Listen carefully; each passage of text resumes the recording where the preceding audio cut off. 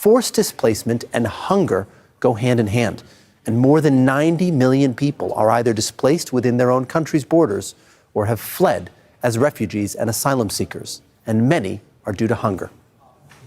Corinne Fleischer is Regional Director for Middle East, North Africa and Eastern Europe at World Food Programme. She's joining us here in Doha. Thanks very much indeed for being with us. We were hearing there from Colin's report saying that Gaza is topping the list of food insecurity in this with regard to hunger around the world. In your assessment, you obviously have teams on the ground. How much is global conflict driving food insecurity around the world? Well, you're right. Hunger drives conflict, and conflict feeds hunger. We see it in Gaza, where now 70% of the population in the north is starving at the highest level of food insecurity as we assess it. And we have other conflicts. We have the conflict in Syria, we have the conflict in Yemen, we have the conflict in Afghanistan, and so.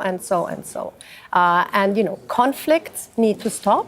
Otherwise, people will not stop being displaced, being in hardship, not finding their livelihoods, not finding anything to eat. So definitely conflict is a big driver of hunger. So conflict is one of the drivers, so is of course the environmental circumstances around the world as well. But in order to be able to provide the aid that organisations like yours do, you need the money. How is your funding playing out? How are you seeing that flow, if you like, over the last 2 or 3 years? Is that changing? So the World Food Programme is an entirely voluntarily funded organization, mainly by governments, but also by private sector.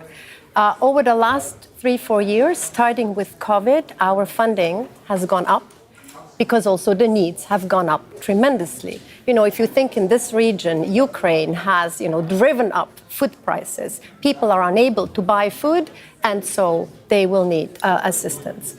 So funding has gone up, but, the economies of our donors have suffered as well. They have been very generous, but their economies are suffering. And so now funding is going back to pre-COVID levels, while the needs remain up here.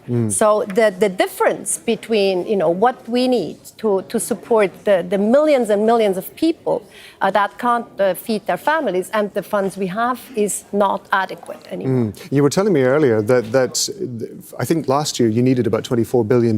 You got $7 billion. The disparity is enormous. How do you encourage donors to come back to giving the funding that you so desperately need?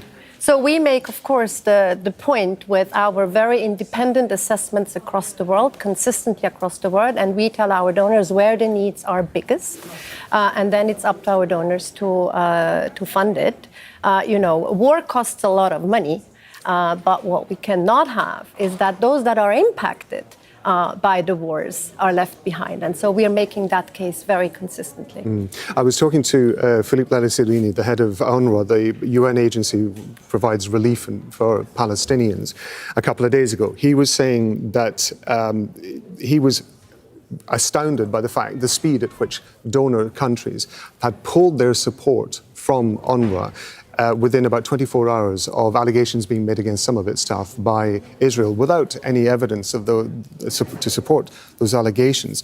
How concerned are you, given the fact that funding is so crucial for organisations like yours, that funding can become a political weapon? Well, look, as I said, our approach is, or what we do, is to show the needs across the world for people. And then it is up to our donors to see how much money they have and where they can put it. So the World Food Programme, has been very generously supported by our donors. We don't see that, and we definitely hope it's not coming to that point.